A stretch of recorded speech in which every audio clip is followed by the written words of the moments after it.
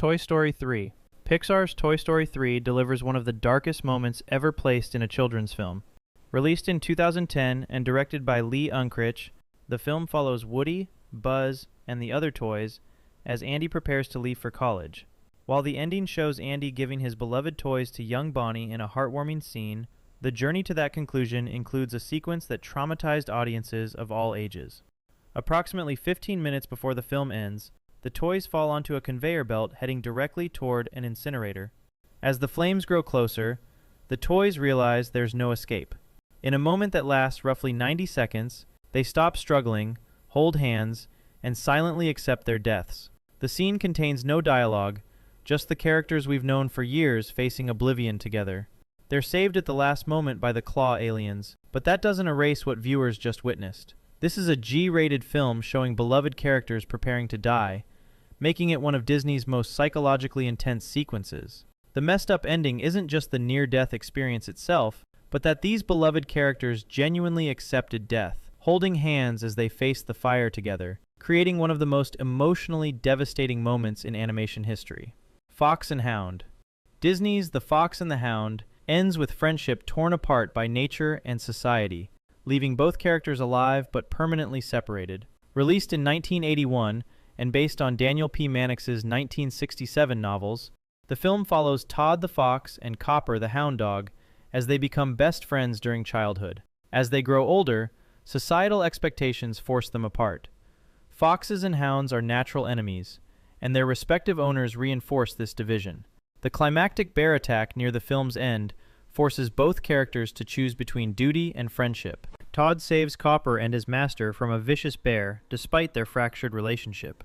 Copper's master attempts to shoot Todd in retaliation for earlier conflicts, but Copper stands between his master and Todd, protecting his former friend. The film ends with both characters alive but permanently separated. The final shot shows them looking at each other from a distance before parting ways forever, acknowledging their friendship can never be. What makes this ending seriously messed up is that there's no reconciliation, no way forward together. They must know their bond exists but can never be honored, forced apart by circumstances beyond their control, making it one of Disney's most tragic and emotionally brutal conclusions. Inside Out.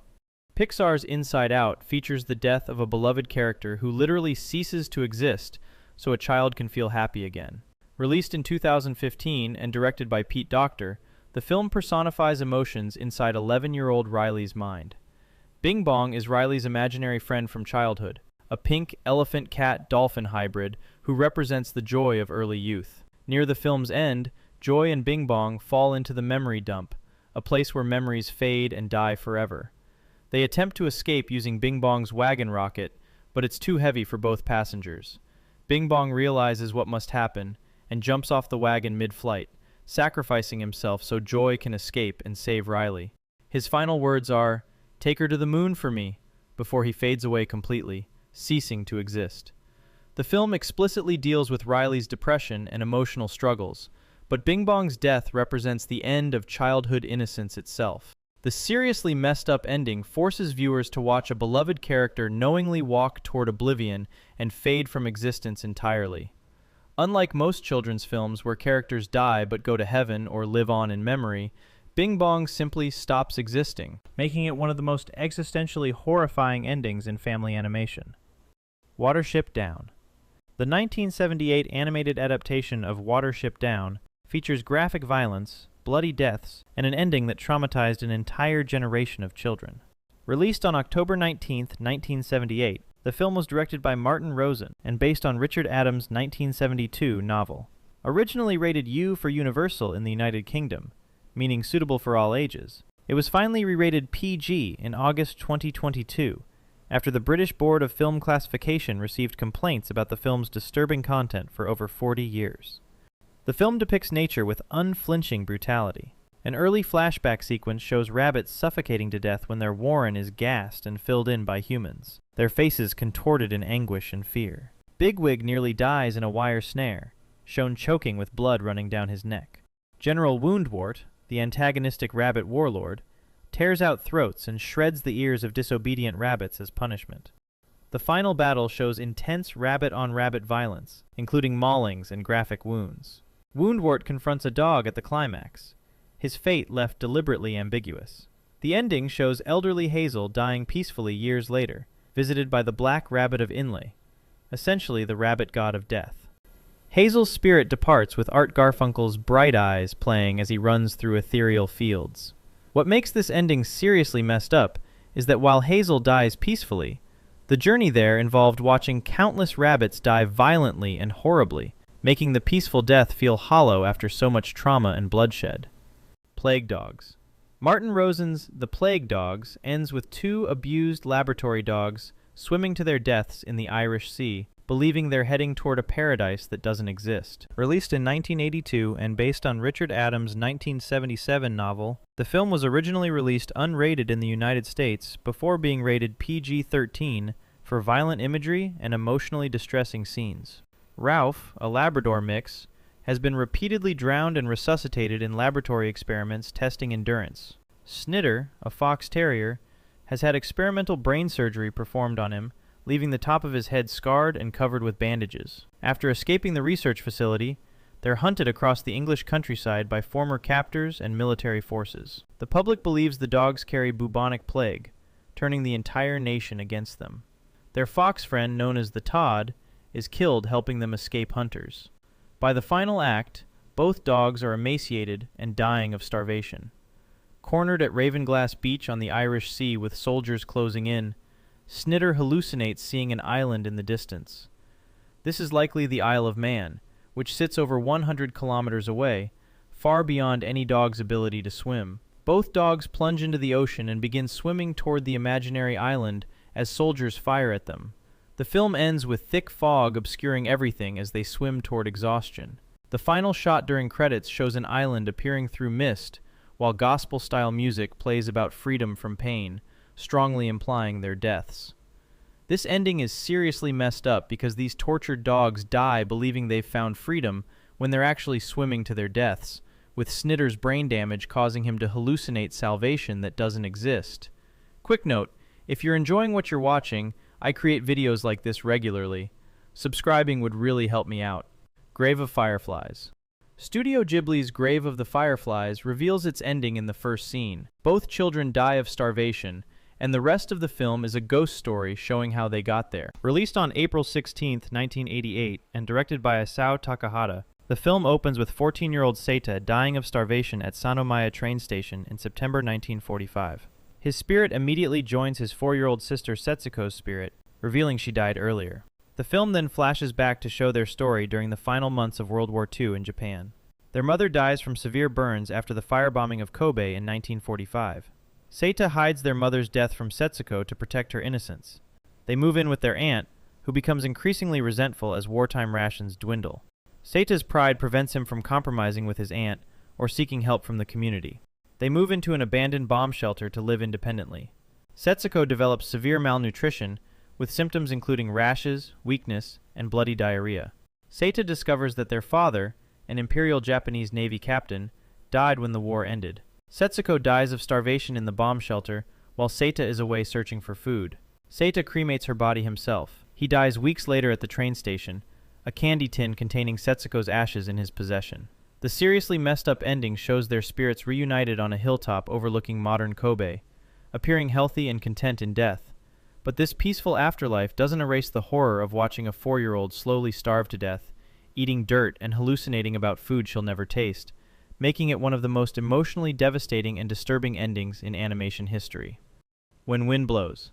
Raymond Briggs' When the Wind Blows follows an elderly British couple who survive a nuclear attack, but die slowly from radiation poisoning while believing the government will save them. Released in 1986 and directed by Jimmy Murakami, the film is based on Raymond Briggs' 1982 graphic novel. Jim and Hilda Bloggs are a retired elderly couple living in rural Sussex, England during the Cold War.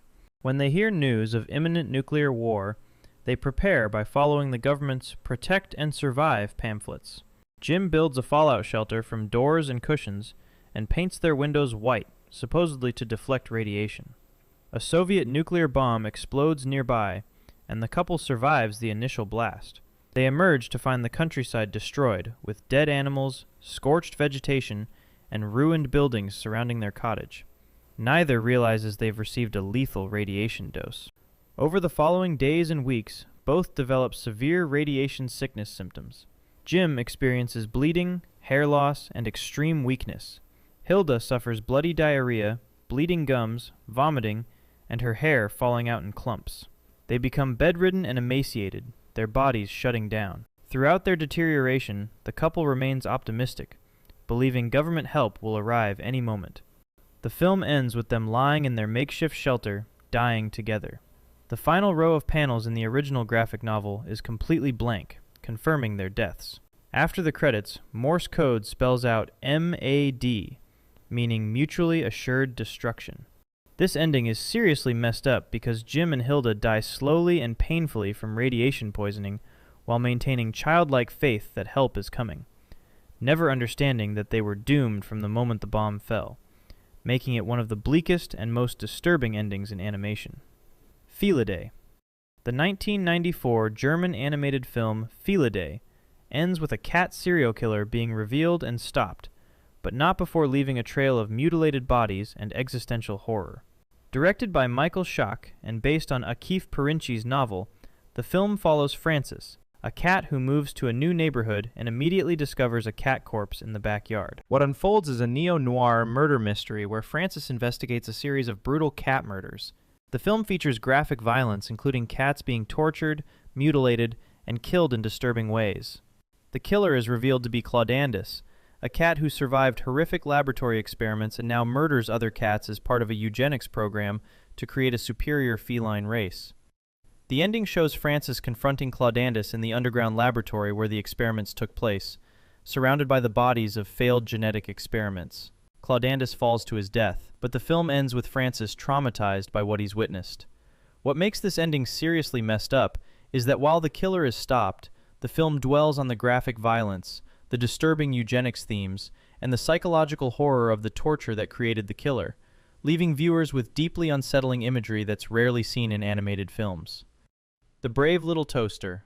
Disney's 1987 film The Brave Little Toaster ends with the titular toaster nearly being crushed to death in a junkyard compactor while trying to save his owner. Directed by Jerry Reese and based on Thomas M. Dish's novel, the film follows 5 sentient household appliances, a toaster, a lamp, a radio, a blanket, and a vacuum cleaner, who journey to find their young owner Rob after being abandoned in a cabin. Throughout their journey, they encounter abandoned and broken appliances who've been discarded by humans. The film features disturbing sequences including a nightmare where the toaster watches helpless as forks with devil faces emerge from his slots, and a junkyard scene where appliances are crushed and destroyed while singing a haunting song about being worthless and obsolete. In the climax, the toaster jumps into the gears of a massive compactor to save Rob, getting torn apart and nearly destroyed. Rob manages to rescue and repair the toaster, but the damage is evident. What makes this ending seriously messed up is that the toaster was willing to be completely destroyed to save his owner, and even after being repaired, the film has already shown that appliances are eventually thrown away and crushed, making the happy reunion temporary and the themes of obsolescence and mortality deeply disturbing for a children's film. The Last Unicorn. Rankin and Bass's 1982 animated film The Last Unicorn ends with the titular unicorn transformed back from human form but forever changed by experiencing mortal love and loss. Based on Peter S. Beagle's novel and featuring voices including Mia Farrow, Jeff Bridges, and Christopher Lee, the film follows a unicorn who discovers she may be the last of her kind. She's captured by a traveling carnival, rescued by Schmendrick the magician, and eventually transformed into a human woman named Lady Amulet to hide from the evil King Haggard and the Red Bull who imprisoned all other unicorns. As a human, she falls in love with Prince Lear and experiences mortality, fear, regret, and love for the first time. In the ending, she's transformed back into a unicorn and frees her imprisoned kind, but she's no longer the same.